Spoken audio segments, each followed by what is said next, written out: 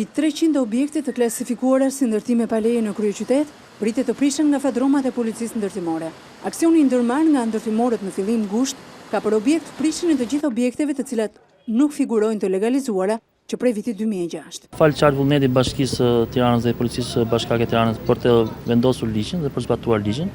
Para disa javësh tu ka pasur shtrirë një objekt 5 katësh, i cili ishte totalisht pa leje, ishte ndërtuar në kundërshtim me të gjitha kriteret dhe normat ligjore. Dhe neve ndërmorëm një aksion për të bërë të mundin vendosimin e gjithë këtyre objekteve. Një prej tyre ishte edhe kjo ndërtesë 5 katëshe në rrugën e Kavajës.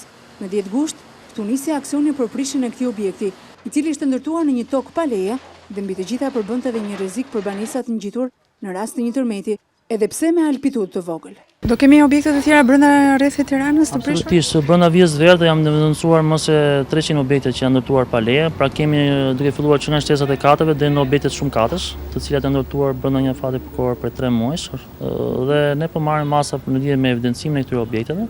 Dhe më mbrapa po vazhdojmë gjithë procedurat ligjore për të kthyer në gjendje më pashme, pra për zbatuar ligjin. Neve i quajmë objekt pa leje çdo objekt i cili është ndërtuar, domethënë brenda territorit të Bashkisë Tiranë dhe në momentin e konstatimit, pra pasi paraqitet procedura nga ana jon, nuk na paraqitet asnjë lloj dokumentacioni, leje ndërtimi apo leje legalizimi apo çdo lloj objekti, leje tjetër që mund na shërbejnë.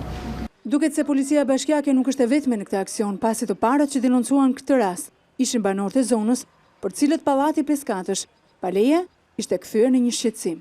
Kreu i policisë ndërtimore Hoxha u bën apel qytetarëve të Tiranës të mos ndërtojnë më pa leje. Policia bashkiake do t'i bëjmë me këtë shembull thirrje të gjithë qytetarëve të Tiranës që mos të harxojnë më para dhe mund për të ndërtuar pa leje, pasi Policia bashkiake dhe Bashkia Tiranë kanë në zotërim të gjithë territorin brenda vijës verdhë të Bashkisë Tiranës. Policia bashkiake ka bërë bllokimin e punimeve në 107 raste ndërtimesh pa leje, ndërkohë që aksioni në terren do të vazhdojë edhe në sezon pushimesh.